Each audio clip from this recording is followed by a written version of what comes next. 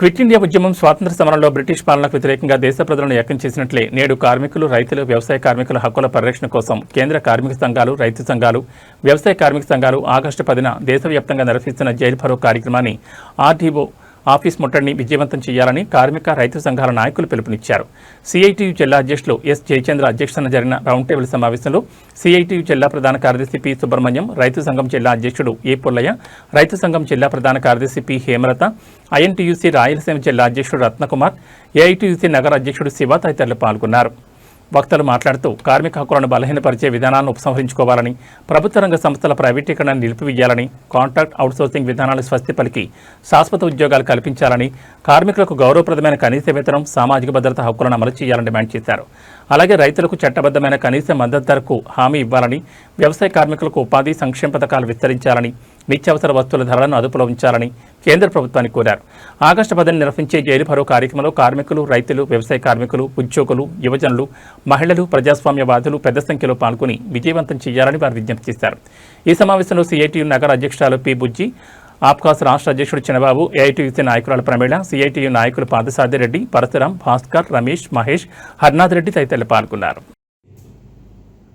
ఎంత కేవలం అయిందో ఆ రోజుల్లో ఎంతమంది ప్రాణాలు పోగొట్టుకున్నారో మనకు తెలిసిందే.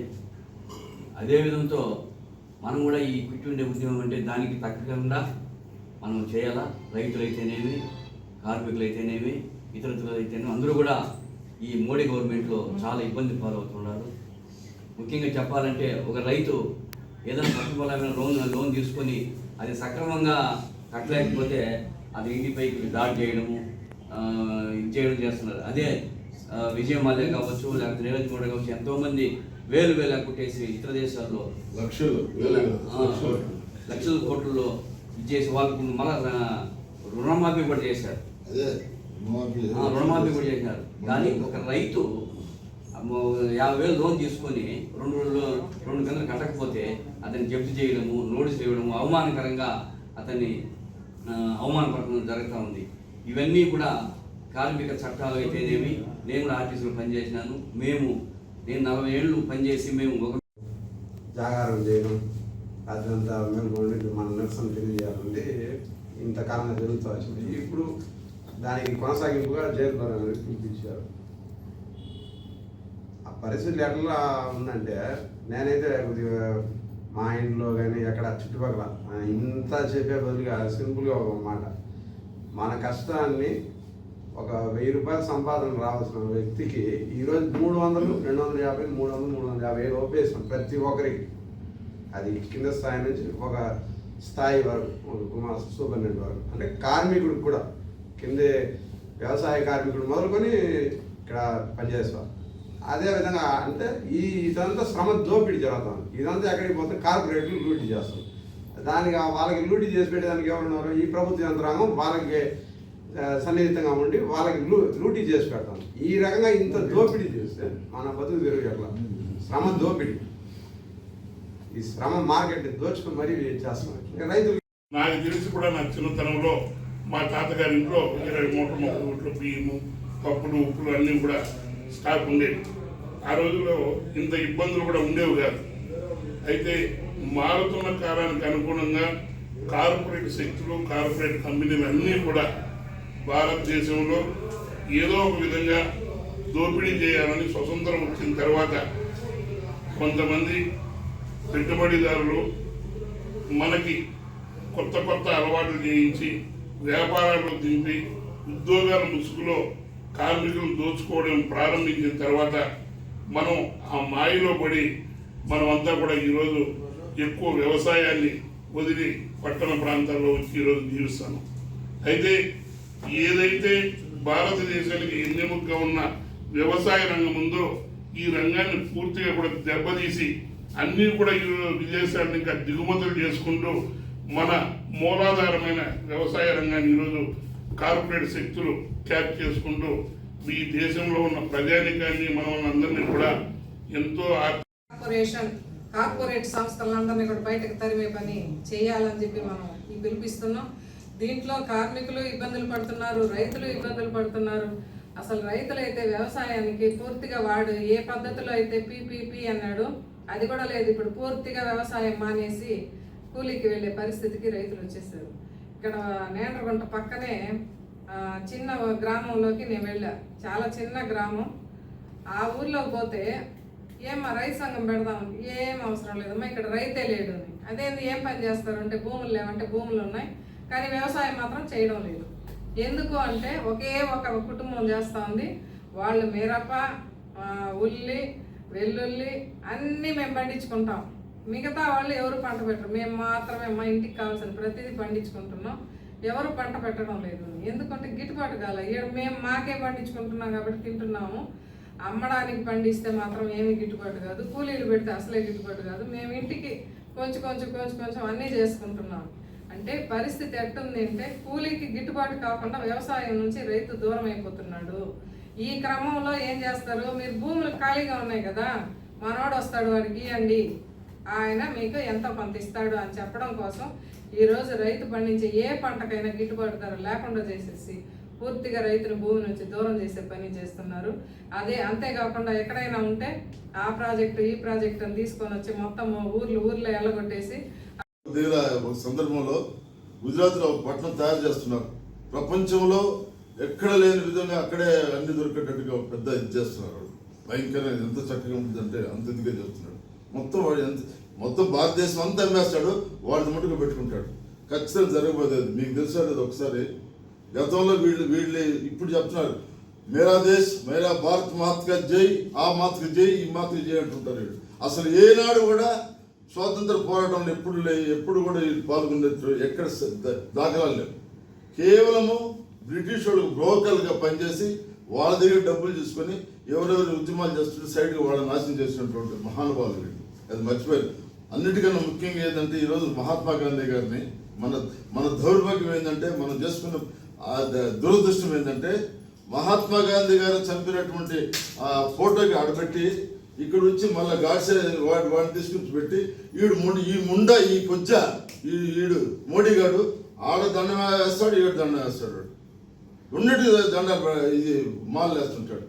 మన ఎంత దౌర్భాగ్యం చెప్పండి. మన ఇండియాని పరిపాలించి మనల్ని బానిసలాగా చేసి మన దేశ సంపదనంతా పొలగొట్టుకునే అవకాశం ఎట్లొచ్చింది? 1600లో ఈస్ట్ ఇండియా కంపెనీ లండన్లో పుట్టింది. 216 మంది వ్యాపారస్తులు ఆ ఈస్ట్ ఇండియా కంపెనీ పెట్టారు. వాళ్ళు బ్రిటిష్ వాళ్ళ దగ్గర పర్మిషన్ తీసుకున్నారు. ఆ భారతదేశంలో మేము పోయి వ్యాపారం చేసుకుంటాం, మీరు మాకు అనుమతి ఇవ్వండి. ప్రపంచం ఎక్కడైనా చేసుకో, ప్రపంచంతో వదిలేదు. తొలిస్తేనే సామ్రాజ్యం బ్రిటిష్ సామ్రాజ్యం చేసుకున్నారు. 1608లో వాళ్ళు గుజరాత్ వచ్చారు, పోర్బందర్, సూరత్, పోర్బందర్. 1608 వచ్చిన వాళ్ళు క్రమక్రమంగా ఏంటంటే వ్యాపారం కాదు, వాడు అమ్ముకొని వచ్చింది ఈ గుడ్డలు అమ్ముకోవడానికి వచ్చినాడు. ఎందుకంటే అప్పుడు బట్టలంతా అక్కడే వదిలిపెట్టి మార్కెట్ దాన్ని అమ్ముకొని ఇక్కడ ఏదైనా సుగంధ ద్రవ్యాలు తీసుకునేదని వాడు వచ్చింది బతికేదాని కోసం. వాడు ఇక్కడ మన ముందు 1857 వరకు ఈస్ట్ ఇండియా కంపెనీ ఈ దేశం జరిగింది.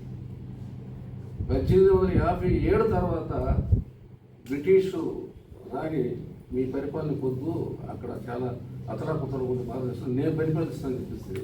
ఆయన 1945 దాకా డైరెక్ట్ లండన్ ప్రభుత్వం ఇక్కడ పడుతుంది. అంటే 335 సంవత్సరాలు ఒక నిర్ణయాన్ని కూడా గవర్నమెంట్ అమలు చేయడం లేదంటే దానికి ఏం వాల్యూ ఇచ్చినట్టు మోడీ గవర్నమెంట్.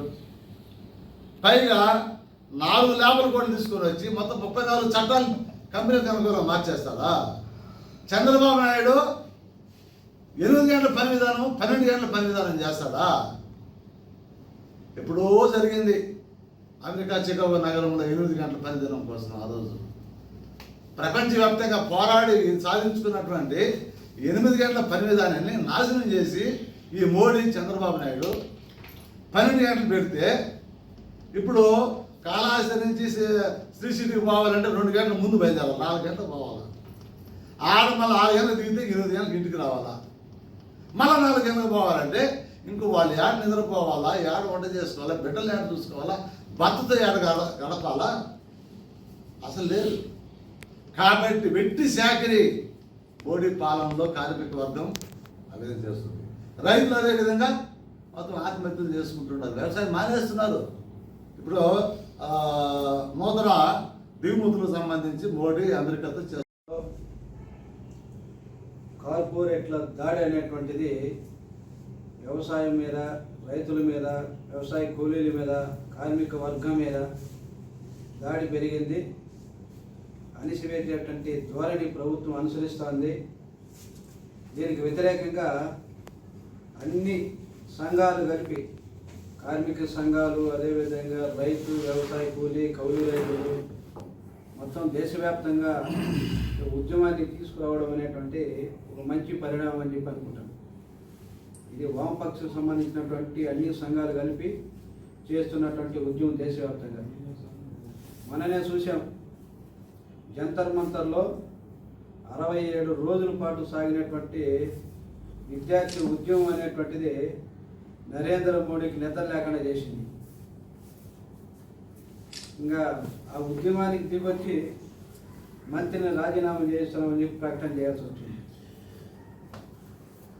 2-3 సంవత్సరాల క్రితం ఢిల్లీలో జరిగినటువంటి రైతాంగ పోరాటం, సంవత్సర కాలం పాటు నల్ల చట్టాలు రద్దు చేయాలని చెప్పి పోరాటం చేస్తే ప్రభుత్వం దిగొచ్చి రైతులకి క్షమాపణ చెప్తామని చెప్పి మోడీ గారు ప్రకటన చేశారు. ఉద్యమాల కాలం ప్రారంభమైంది. కార్పొరేట్ల దాడితో అణిచివేయాలని చూస్తున్నటువంటి మోడీకి, డబుల్ ఇంజిన్ సర్కార్కి ఇంటిబాటు పట్టేదానికి మొత్తం యావత్ అంతా కూడా ఈ పోరాటం సిద్ధమవుతుందని చెప్పి అనుకుంటున్నాం. ఆగస్టు 10వ తేదీన ఈ 4 సంఘాలు ఇచ్చినటువంటి డిమాండ్స్ ఏంటి? 4 లేబర్ కోడ్లు రద్దు చేయాల్సినటువంటి అవసరం ఉంది. పోరాడి సాధించుకున్నటువంటి 8 గంటల పనిని 10 గంటల నుండి 12 గంటలు అమలు చేయాలని చెప్పి ఒక విధానాన్ని తీసుకొచ్చారు. ఈ విధానం దేశవ్యాప్తంగా అనేక రాష్ట్రాలు వ్యతిరేకిస్తే మొట్టమొదటి రాష్ట్రం మన రాష్ట్రంలో చంద్రబాబు నాయుడు అసెంబ్లీ సమావేశం జరిపి